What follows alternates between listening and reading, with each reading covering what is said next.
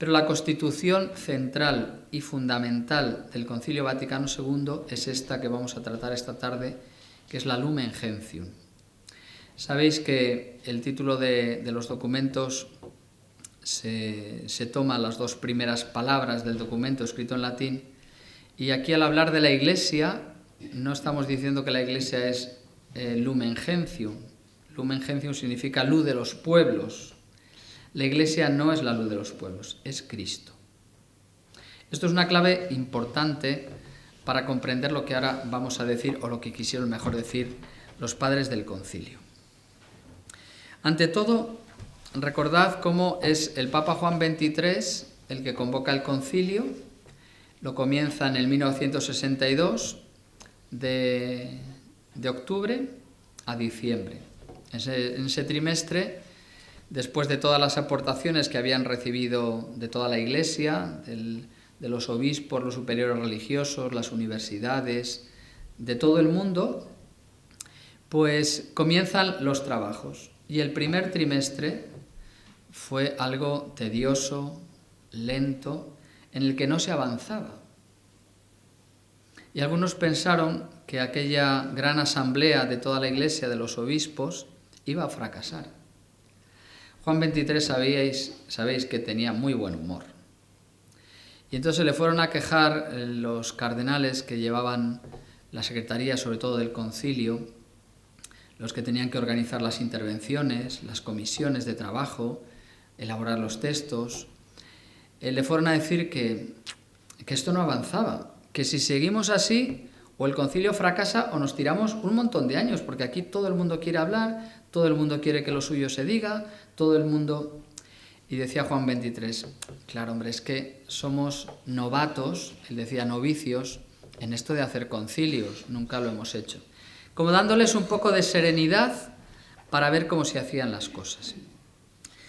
Entre los cardenales que estaban muy cercanos al Papa Juan XXIII, estaba el cardenal Montini, que después sería Pablo VI, estaba el cardenal Defner, el cardenal Siri, el cardenal Lercano, y fueron un día a verle al Papa, porque estaba enfermo ya Juan XXIII, y de hecho en alguna sesión del concilio, en alguna plenaria, en alguna congregación general, que así se llaman, no podía asistir porque estaba enfermo en la cama.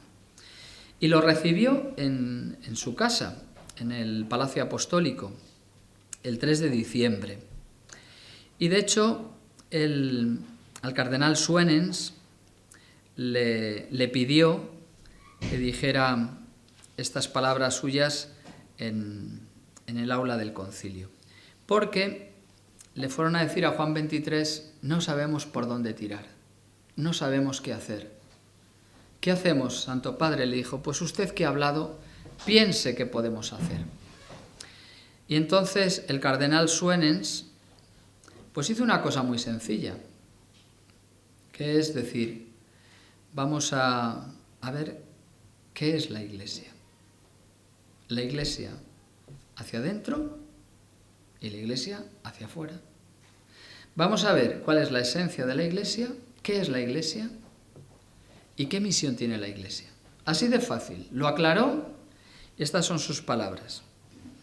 Sea el concilio un concilio de eclesia, es decir, un concilio de la Iglesia, y tenga dos partes, de eclesia ad intra, de eclesia ad extra, la Iglesia hacia adentro, la Iglesia hacia afuera, lo que es la Iglesia hacia sí misma y lo que es la Iglesia para el mundo. Él explica esta propuesta seguidamente. Dice, en primer lugar, debe responder el concilio a esta pregunta. Iglesia, ¿qué dices de ti misma? Una frase ya muy conocida, que después Juan Pablo II, que habló tanto sobre la familia, en una intervención también dijo, familia, ¿qué dices de ti misma? Y contestó, familia, eres una iglesia en misión. ¿Qué dices de ti misma? Enseñando en qué consiste su misterio, su naturaleza. Bajo el título de Eclesia ad extra, trata el concilio de la Iglesia en cuanto entabla un diálogo con el mundo. En este contexto se enumeraron algunos problemas sobre los cuales espera el mundo una palabra sobre la Iglesia: la vida de la persona humana, la justicia social, la evangelización de los pueblos, la paz internacional y la guerra. Eso aparecerá sobre todo en la Constitución Pastoral Gaudium et Spes.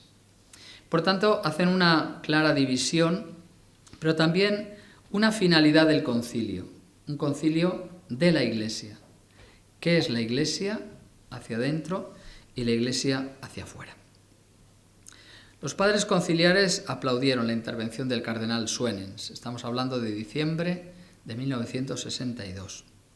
Al día siguiente, el 5 de diciembre, hablará el cardenal Montini, que después sería Pablo VI. Se adhiere a lo que había dicho el día anterior el cardenal Suenens, afirmando que la cuestión de eclesia, es decir, la cuestión de la Iglesia, sea el argumento primario de este concilio ecuménico. Y enumera estas dos grandes claves articuladoras de todas las cuestiones.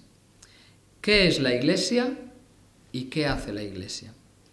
Estos son como los quicios en torno a los cuales debe disponer todas las cuestiones del concilio: el misterio de la Iglesia y la misión de la Iglesia. Por tanto, digo que esta constitución Lumen Gentium es como la constitución vertebradora de todo el concilio.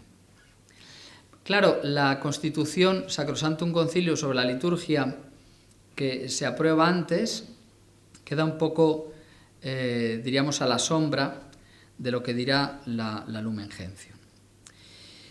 Pero añade un rasgo importante, porque a veces hablamos demasiado de la Iglesia, y en esto el cardenal Ratzinger, cuando se celebraron los 25 años del concilio, que hubo un sínodo, le tocó ser relator de un documento final, que en este caso no redactó el Papa, sino él, como una especie de conclusiones finales de aquel sínodo.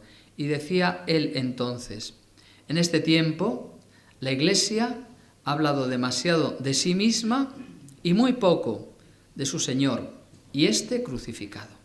Cosa que el concilio no pretendió: hablar mucho de la Iglesia y poco de Cristo. Porque ha habido una época, y a lo mejor siempre tenemos esta tentación, de hablar demasiado de nosotros mismos, de la organización, de los problemas de la Iglesia, de los problemas de la parroquia, de los problemas de la diócesis, demasiado de la Iglesia y de su organización. Cuando el concilio añade a esta pregunta que hace: Iglesia, ¿qué dices de ti misma?, añade una respuesta, que es que la Iglesia tiene su sentido, tiene su origen, tiene su razón de ser en Cristo. Y este es un rasgo importantísimo en el Concilio Vaticano II, y que el Papa Pablo VI le daría, diríamos, un color, un cariz y un centro fundamental para el concilio. Proclamaría esto en el discurso de apertura Pablo VI, cuando retoma él el concilio, porque Juan XXIII muere en junio de 1963 y eligen a Pablo VI. Y Pablo VI toma las riendas de continuar la labor del concilio. Y cuando inaugura el segundo periodo, el año 63, el 29 de septiembre, dice esto Pablo VI en su discurso inaugural. Diríamos, para centrar un poco los trabajos del concilio, porque al acabar el primer periodo en el año 62, quedan con una cierta incertidumbre: ¿cómo continuará esto? Esto es un lío muy grande, aquí hay una madeja que no sabemos desenredar. Muere el Papa Juan XXIII, que es el que ha convocado el concilio, y todo el mundo pensaba que era el alma del concilio. Muriendo el Papa Juan XXIII, algunos pensaron que el Papa siguiente daría carpetazo a todo aquel asunto, pero Pablo VI retoma las riendas del concilio. Y dice esto en el discurso inaugural: Cristo es nuestro principio, Cristo nuestra vida, Cristo nuestra guía, Cristo nuestra esperanza y nuestro término. Que no se cierna sobre esta asamblea, y está hablando a todos los obispos allí en la Basílica de San Pedro, otra luz si no es Cristo. luz del mundo. Que ninguna otra verdad atraiga nuestros ánimos fuera de las palabras del Señor, único Maestro. Que ninguna otra aspiración anime si no es el deseo de serle absolutamente fieles.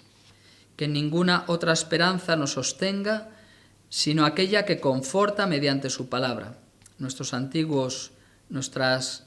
angustias y debilidades.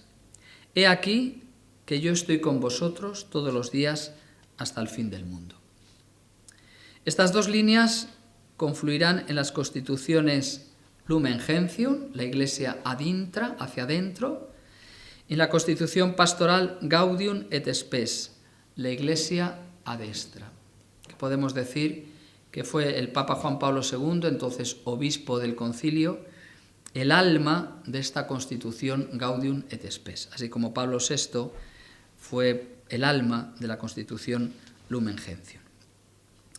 El cardenal Suenens habló en su intervención de un diálogo múltiple en el interior de la Iglesia, con los hermanos separados, el ecumenismo, y con el mundo actual. Será el Papa Pablo VI que en su primera encíclica programática de su pontificado, Ecclesiam Suam, hablaría de esta necesidad, el diálogo dentro de la Iglesia con los hermanos cristianos separados y con el mundo, sin olvidar que el diálogo tiene que estar fundamentado en la verdad. Planteamos la verdad o plantamos la verdad que es Cristo y desde esa verdad dialogamos. 3 notas caracterizan la forma como Juan 23 quiso fueran tratadas las cuestiones de fidelidad al Evangelio, de modernidad y de pastoralidad, porque él pensaba que era un concilio pastoral, es decir, que llegara a transformar la realidad de la Iglesia, su misión evangelizadora y también el mundo. Por lo que se refiere a la manera de excluir los errores, Juan 23 afirmó, porque algunos decían, bueno, pues tiene que ser un concilio que condene ciertas cosas o males que hay en el mundo, que condene ciertos errores del pensamiento moderno, ciertos errores que hay en la Iglesia. Pero fijaros de qué manera más hermosa Juan 23 plantea el concilio, y estoy diciendo esto porque esto es fundamental para entender la constitución Lumen Gentium. Estamos diciendo que es la constitución central y vertebradora del concilio. Por eso luego en la Lumen Gentium no aparecerán, diríamos, palabras de condena, sino más bien afirmaciones positivas sobre lo que es la Iglesia. Y dice Juan 23, cuando habla de la finalidad del concilio y cuando presenta el concilio al mundo y a la Iglesia. Siempre la Iglesia se opuso a estos errores. Frecuentemente los condenó con la mayor severidad. En nuestro tiempo, sin embargo, la esposa de Cristo prefiere usar de la medicina de la misericordia más que de la severidad. Fijaos que esto el Papa Francisco lo lleva como grabado, como un signo de su pontificado, que lo lleva además en su lema episcopal y por tanto de su pontificado, en la medicina de la misericordia. Piensa la Iglesia que hay que remediar a los necesitados mostrándoles la validez de su doctrina sagrada más que condenándolos. La Iglesia Católica, al elevar por medio de este concilio ecuménico la antorcha de la verdad religiosa, quiere mostrarse madre amable de todos, benigna, paciente, llena de misericordia y de bondad. La Iglesia prefiere usar la benignidad al rigor, ya que la misericordia levanta al abatido más que la severidad. La Iglesia confía en el poder de la verdad salvadora y desconfía de la eficacia de las polémicas y condenaciones. Fijaos lo que el Papa Juan XXIII marcó como algo esencial para un concilio: proponer la verdad y mostrarla siempre para corregir los errores. Y él dice, más que condenar, mostrar la verdad.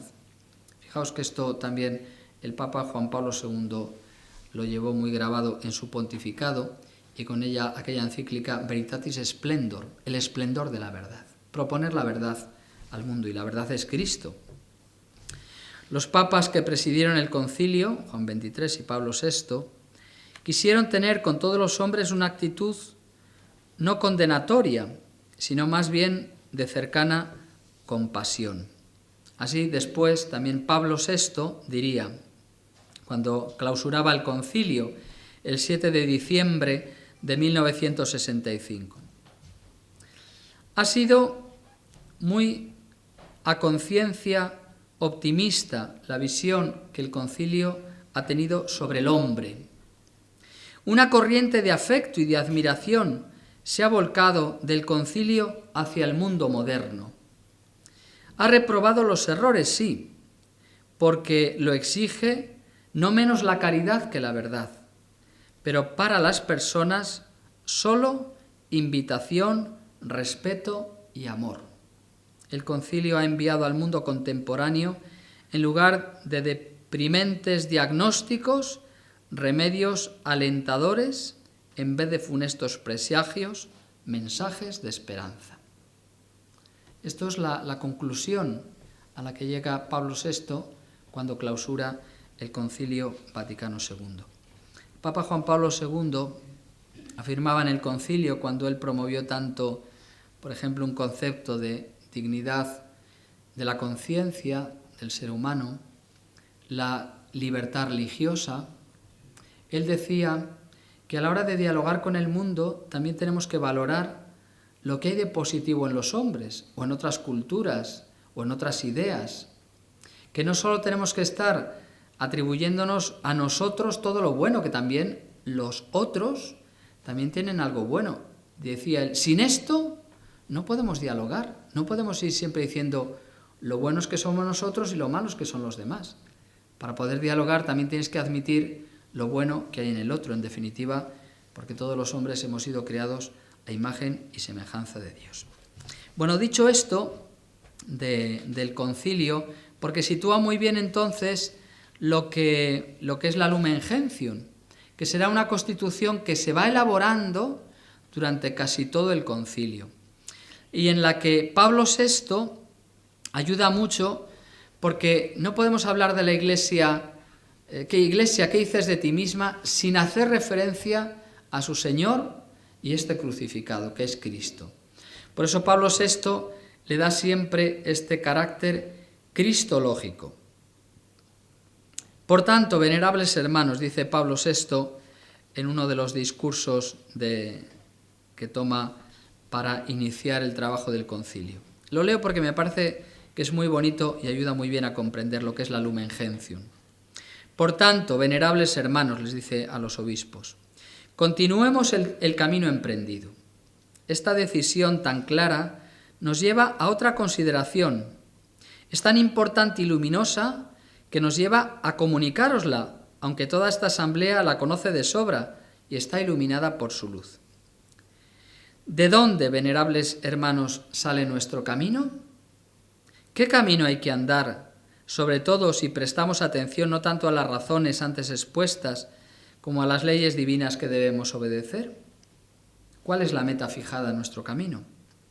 Sin duda, mientras estamos en este mundo tenemos que adoptar este fin a las circunstancias de esta vida mortal.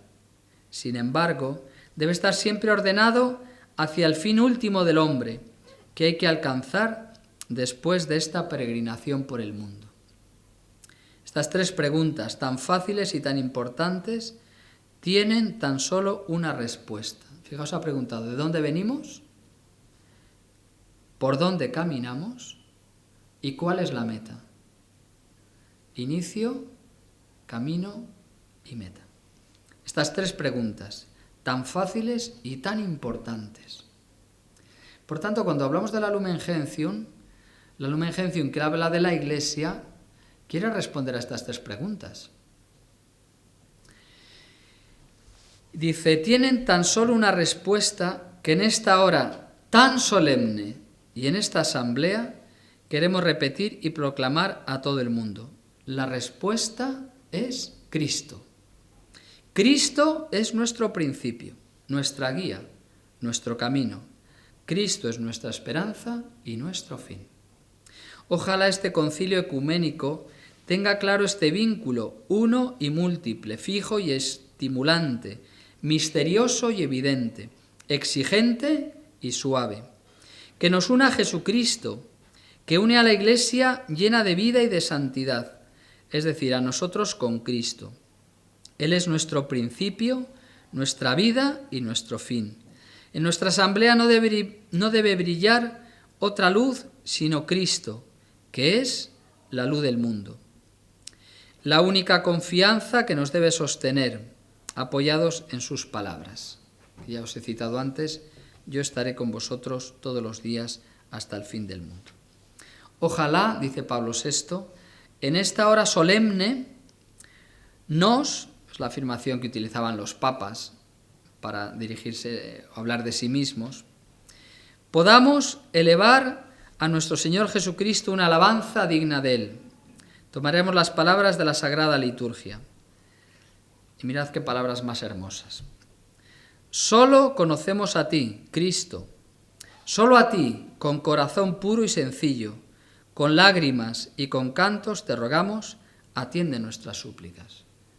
Es la súplica humilde que dirige Pablo VI cuando retoma el concilio para decirle a Cristo, ayúdanos a descubrir qué quieres de nosotros en este momento tan solemne, tan importante de la vida de la Iglesia y del mundo.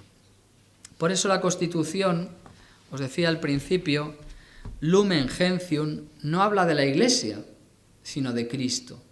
Cristo es la luz de los pueblos. Lumen Gentium cum sit Christus. Cristo es la luz de los pueblos. Por eso, este sacrosanto sínodo, reunido en el Espíritu Santo, desea vehementemente iluminar a todos los hombres con la luz de Cristo, que resplandece sobre el rostro de la Iglesia, anunciando el Evangelio a todas las criaturas. En esta frase ha definido lo que es la Iglesia. La Iglesia es el resplandor para el mundo de la única luz que es Cristo. El concilio pretende una renovación de la Iglesia. Había cuestiones que estaban sin concluir. En el Concilio Vaticano I hubo una cuestión fundamental. Como habían caído los grandes poderes absolutos con las revoluciones francesas, la Revolución Americana, con el proceso de independización de las colonias españolas en América, los reyes absolutos habían caído. La guillotina les había cortado el cuello a algunos y otros habían sido depuestos. Y dijeron, el Papa es un rey absoluto, con este hay que acabar también.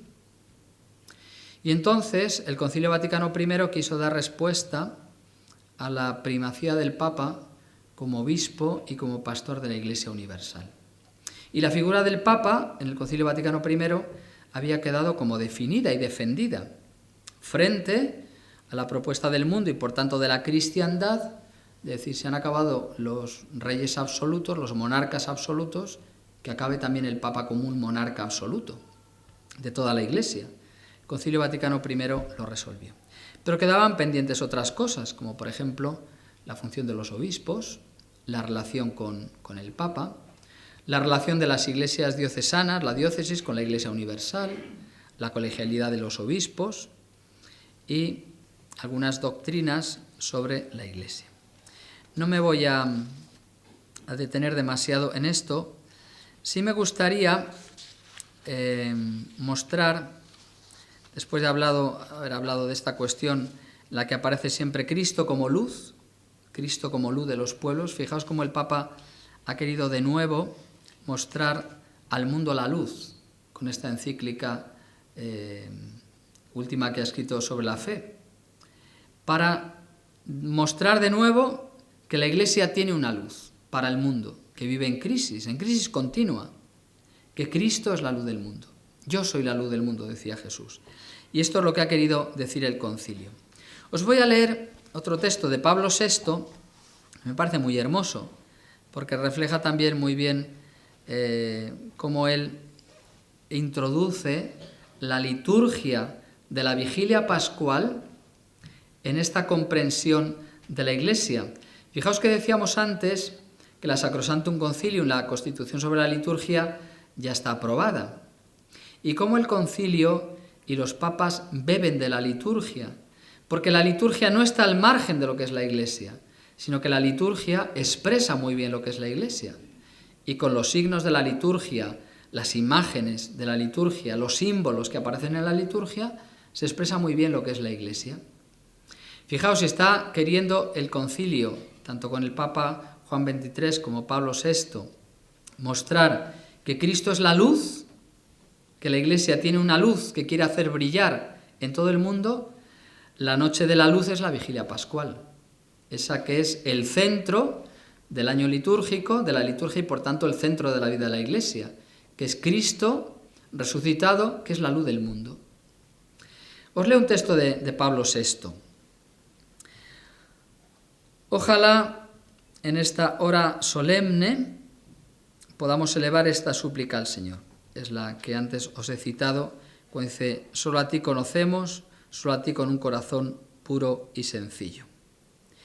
Dice: venerables hermanos de las iglesias de Oriente y también de Occidente, parece que yo ocupo el lugar de nuestro predecesor Honorio III, tal como figura en el espléndido mosaico del ábside de la Basílica de San Pablo Extramuros. Si vais a la Basílica de San Pablo Extramuros, en el ábside, donde está el Pantocrátor, está describiéndolo así el Papa Pablo VI. Está Honorio III adorando a Cristo en el Pantocrátor. El pontífice, de pequeña estatura, echado en tierra como anonadado, besa los pies de Cristo. Este, destacando con su inmensa estatura, como maestro dotado de soberana majestad, preside la multitud reunida en la basílica, esto es la Iglesia que le implora.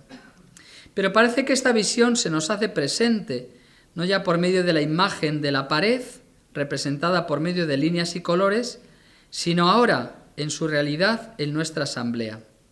Esta reconoce a Cristo como principio y fuente de la redención humana y de la Iglesia.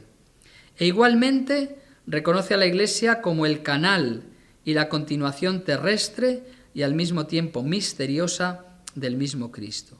Así que los ojos de nuestra alma parecen encontrar aquella visión del Apocalipsis que describe el apóstol San Juan.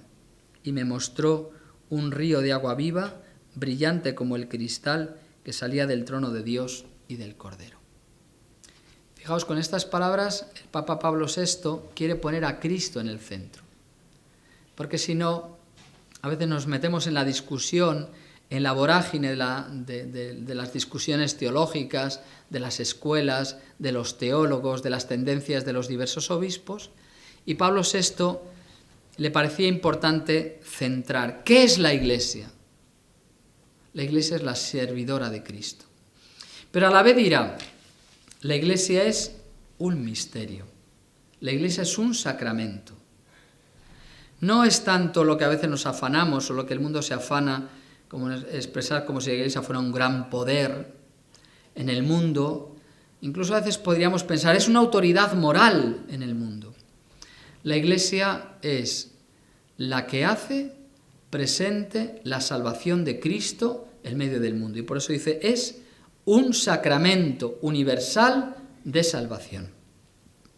Y cuando hablamos de sacramento, que es la primera línea también que aparece en la Sacrosanctum, en la Lumen Gentium, en el número 1, dice: la Iglesia es en Cristo como un sacramento o signo e instrumento de la unión íntima con Dios y la unidad del todo el género humano. Si el mundo está tan dividido, la Iglesia quiere mostrar que es posible la unidad de todos los pueblos. Y por eso la misma asamblea de los obispos mostraba africanos, asiáticos, europeos, americanos, de todas las razas, de todas las culturas, de todas las lenguas, en una misma asamblea y por tanto como un signo o sacramento de unidad de todo el género humano. Y cuando hablamos de misterio, estamos hablando de que la Iglesia es la presencia de Dios en el mundo. Por eso no podemos caer en las tendencias a veces políticas que a veces se meten en la Iglesia. Y por eso a continuación dice la Lumen Gentium, citando a San Cipriano, la Iglesia es esta asamblea convocada en la unidad del Padre, del Hijo y del Espíritu Santo.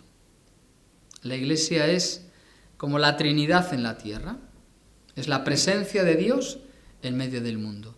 Y a través de la Iglesia todos los hombres son convocados a la vida de Dios, a la vida sobrenatural. Es como el cauce por el que los hombres llegan a Dios y Dios llega a los hombres o se hace presente en medio de los hombres. Cuando hablamos de la Iglesia, el Concilio quiere, y la Lumen Gentium, citar imágenes bíblicas. Y dirá, la Iglesia es la viña del Señor. La Iglesia es el redil de Dios. La Iglesia es el campo de Dios, es labranza de Dios. Pero utiliza sobre todo 3 imágenes muy importantes. La Iglesia es el pueblo de Dios, la Iglesia es el cuerpo de Cristo, la Iglesia es templo del Espíritu Santo. Entonces, ¿veis? Está citando 3 imágenes bíblicas y está citando a la Santísima Trinidad. Lo digo esto porque a veces cuando se ha utilizado la imagen de Iglesia, pueblo de Dios, hemos pensado que el pueblo de Dios son los fieles laicos. Los curas y los obispos somos la jerarquía, somos los que estamos fuera del pueblo. Porque es una idea política del mundo social, sobre todo venida del marxismo. Una cosa es el pueblo y otra cosa son los jefes. Una cosa es el pueblo y otra la jerarquía. Pero no estamos utilizando aquí esa imagen política, sino una imagen bíblica del pueblo de Dios, que es el pueblo de Israel, como tal constituido por la llamada que Dios les hace y cuyo rey, cuya cabeza es Dios. Y el pueblo, con esta imagen sobre todo de un pueblo que peregrina, como fue el pueblo de Israel, que peregrinó por el desierto hacia la tierra prometida. Por tanto, la Iglesia entera, desde el Papa hasta el último que se haya bautizado hoy, es el pueblo de Dios, utilizando no una imagen social o política, creo que me entendéis bien, sino una imagen bíblica. Segunda imagen, muy querida en el concilio, lo ha leído antes Paco, el Papa Pío XII escribió una encíclica, la Mystici Corporis, porque había habido también muchísimos estudios sobre eclesiología, sobre la Iglesia, y una imagen que San Pablo utiliza al hablar de la Iglesia es la imagen de cuerpo. Y entonces el Papa Pío XII, después de grandes estudios bíblicos y teológicos, diríamos que aporta a esta cuestión la voz del magisterio. Y el Concilio Vaticano II toma esta imagen, la Iglesia, como cuerpo místico de Cristo, que es la imagen de San Pablo. Y toma la imagen también de San Pablo de que la Iglesia es el templo del Espíritu Santo. Con estas 3 imágenes expresa muy bien lo que es la Iglesia, la asamblea reunida en el nombre del Padre y del Hijo y del Espíritu Santo. ¿Todo para qué? Pues para que la Iglesia se manifieste o descubra su esencia y a la vez muestre al mundo cuál es su misión, que es mostrar a Cristo el único Salvador de todos los hombres. Por tanto, aparece la Iglesia como misterio de comunión para la misión. Pero no podemos olvidar que la Iglesia es un misterio, es decir, en el que se hace presente Dios. Para el misterio de comunión, como la Santísima Trinidad, para la misión, la Iglesia no vive para sí misma, sino para cumplir este encargo que Dios le ha encomendado. Para mostrar esto, pues la Constitución Lumen Gentium tiene un esquema fundamental de 8 capítulos. Estos capítulos están bien trazados en su esquema fundamental y diríamos que van de 2 en 2. En el primero se habla del misterio de la Iglesia, en el que expresa lo que es la Iglesia en esta esencia, las diversas imágenes de la Iglesia, tomadas siempre del ámbito bíblico, y principalmente estas que os he citado, la Iglesia como pueblo de Dios, que sería el capítulo 2, en el que explica desde la alianza que Dios hace con Abraham, con Isaac, con Jacob, con Moisés, y el nuevo pueblo de Dios. Fijaos, está hablando de lo común. No hemos empezado hablando del Papa, ni de los obispos, ni de los curas, ni de los religiosos, sino de lo que es común a todos. Estos 2 primeros capítulos quieren mostrar lo que es la Iglesia, toda la Iglesia, todos los bautizados. Y entonces, en el número 10, habla del sacerdocio común. Todos los bautizados participamos de Cristo, sacerdote, profeta y rey. Y por tanto, podemos participar de los sacramentos, porque somos sacerdotes por el bautismo. Habla de la diversidad de los carismas, habla de los fieles laicos, de los vínculos de la Iglesia con los cristianos de otras confesiones, con los no cristianos, y el carácter misionero de la Iglesia. Una vez que ha trazado en estos 2 capítulos como un díptico esto, dice, ahora vamos a empezar a hablar de diversos aspectos de la Iglesia. La Iglesia es jerárquica. ¿Qué quiere decir esto? Que Cristo ha constituido a unos apóstoles y que en la Iglesia el ministerio de los 12 apóstoles presididos por el apóstol Pedro lo continúan los obispos. Entonces hablará aquí del episcopado. Si el Concilio Vaticano I habló del obispo de Roma, que es uno, que preside a toda la Iglesia, aquí va a comenzar a hablar de la institución de los 12 apóstoles por el Señor, de los obispos como sucesores de los apóstoles, del episcopado como un sacramento, el sacramento del orden. En el sacramento del orden están los obispos, los presbíteros y los diáconos.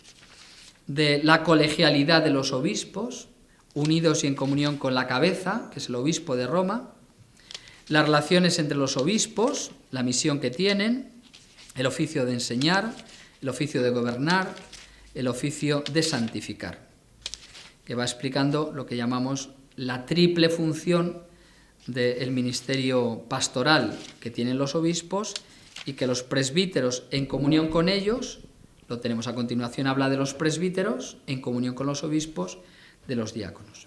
La Iglesia es jerárquica. Capítulo 4, unido a este, los fieles laicos. ¿Veis? Ha expresado lo que es la Iglesia, 1 y 2.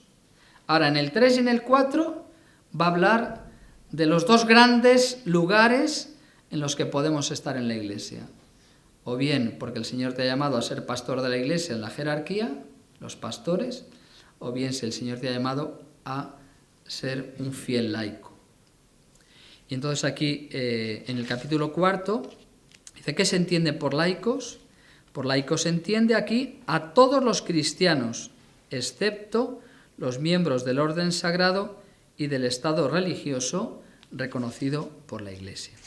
Va hablando del apostolado de los laicos, cómo están presentes en el mundo para consagrar el mundo, el testimonio de su vida, la participación en las estructuras humanas que van transformando el mundo y su relación con la jerarquía. Y cita una cosa muy bonita que es la carta de Diogneto, cuando dice que los laicos son como el alma en el cuerpo, así son los cristianos en medio del mundo. Diciendo, son el alma del mundo, el espíritu del mundo. Vamos a otro díptico. Capítulo 5. Vocación universal a la santidad. Todos estamos llamados a la santidad, es decir, a la vida de Dios. Solo Dios es santo. Y nosotros estamos llamados a reproducir la imagen de Dios, la imagen de Cristo. Eso es lo que se nos ha recuperado en el bautismo. Nosotros que fuimos creados a imagen y semejanza de Dios, el pecado nos ha deformado esa imagen, pues a veces decimos, ¿cómo podemos parecernos a Dios si somos muy malos o no somos tan buenos? La redención de Cristo restaura, recupera en nosotros la imagen de Dios. Esta es la vocación a la santidad. ser semejantes a Dios. Y es una vocación universal. No es solo si quieres ser santo, hazte religioso o religiosa o sacerdote. No. La vocación a la santidad es una vocación universal. La fe confiesa que la Iglesia, cuyo misterio expone este sagrado sínodo, no puede dejar de ser santa. Toda la Iglesia.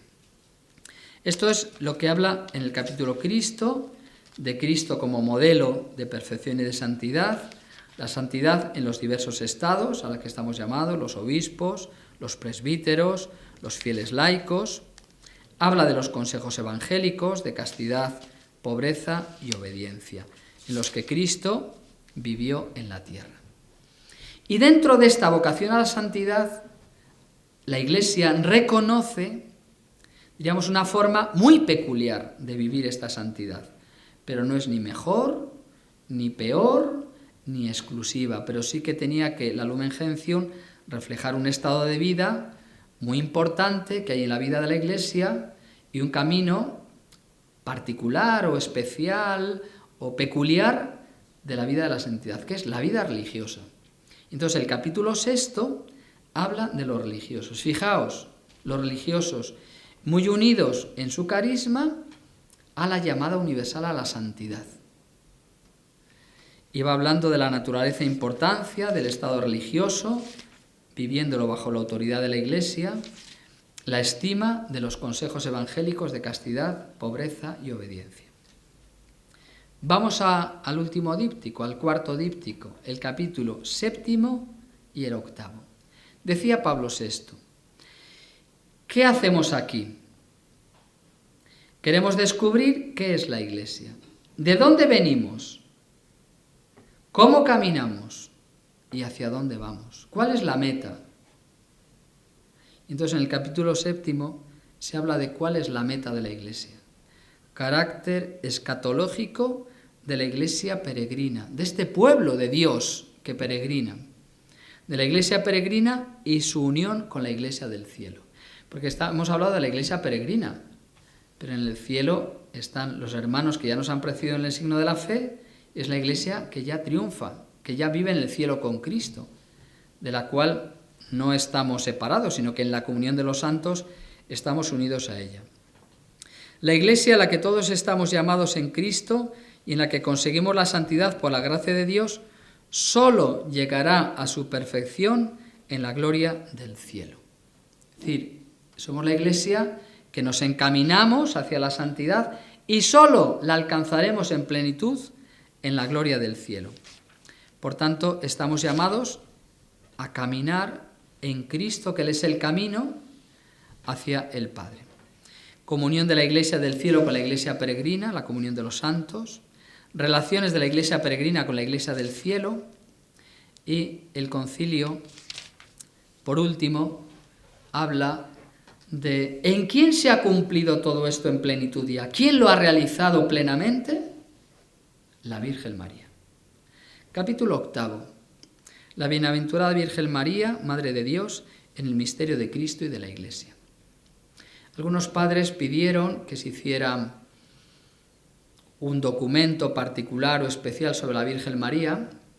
Algunos pidieron incluso que se hiciera alguna proclamación dogmática de la Virgen, que se la proclamara Madre de la Iglesia, pero no pareció conveniente o oportuno, porque también, igual que a la Iglesia se la ha querido colocar en el misterio de Cristo, no separada de Él, también los padres pensaron, no podemos dejar a la Virgen separada de estos dos grandes misterios, Cristo y la Iglesia. Por eso fijaos cómo la titula la Bienaventurada Virgen María, Madre de Dios, en el misterio de Cristo y de la Iglesia. Eso que a veces cantamos, que está siempre unida a Cristo y a la Iglesia. Entonces va describiendo la Santísima Virgen en el misterio de Cristo y va recordando cómo la Virgen María estuvo presente en el Antiguo Testamento, la Virgen María en la Anunciación, la Virgen María y el Niño Jesús, la Virgen María en el misterio público de Jesús la Virgen María después de la ascensión. Y luego habla la Virgen María y la Iglesia, la maternidad espiritual, María como mediadora de todas las gracias, y la Virgen María como modelo y tipo de la Iglesia. Cuando se dice de la Virgen María que es virgen y madre, una cuestión difícil humanamente, ¿no? Si eres madre, si una mujer es madre ya no es virgen. Sin embargo, la Virgen María, perdona la redundancia, sí que aparece la virginidad y la maternidad. Dice, así es la Iglesia. Virgen, porque es fiel a su esposo, a Cristo, y es madre, porque engendra nuevos hijos. Por eso se habla María como virgen y como madre, tipo y figura de la Iglesia. Las virtudes de María, que se deben imitar, y el culto a la Virgen María. Y sobre todo el final, cuando se habla de que María, y eso se dice en el prefacio de la liturgia de la Asunción de la Virgen, el 15 de agosto, María, señal de esperanza segura y de consuelo para el pueblo de Dios en marcha. Este pueblo que peregrina mira a la Virgen María como una esperanza, diciendo, bueno, pues si ella ya ha llegado, también esperamos llegar nosotros. Pero no nos ha abandonado porque se haya marchado, sino que acompaña a la Iglesia en esta peregrinación. Por tanto, fijaos cómo el concilio cierra la Lumen Gentium, esta constitución sobre la Iglesia, con la primera palabra, Cristo es la luz de los pueblos, y la última palabra sobre su madre, la Virgen María. Y como entre estos dos se describe la esencia de lo que es la Iglesia. La Iglesia que es la luz de los pueblos, que es reflejo de Cristo, luz de los pueblos, y la Virgen María como tipo y figura de la Iglesia. Bueno, espero que con estas palabras, he intentado yo creo que ser fiel al espíritu de lo que fue el concilio. Como os podéis imaginar, yo no estuve allí. Soy, como tantos, heredero gozoso de este gran trabajo que hizo tantos obispos y sacerdotes y fieles laicos, leyendo las palabras de los papas, sobre todo en los discursos, y leyendo los textos del concilio y su armazón, su estructura, de esta Constitución con 8 capítulos, digo que creo que he intentado ser fiel al espíritu de los que la redactaron, y espero que fiel al Espíritu Santo, que fue el que movió al Papa Juan XXIII, al Papa Pablo VI y a aquella asamblea de la Iglesia, a renovarla volviendo a las fuentes principales, que son el Evangelio, y dejándose guiar por el Espíritu Santo. Muchas gracias.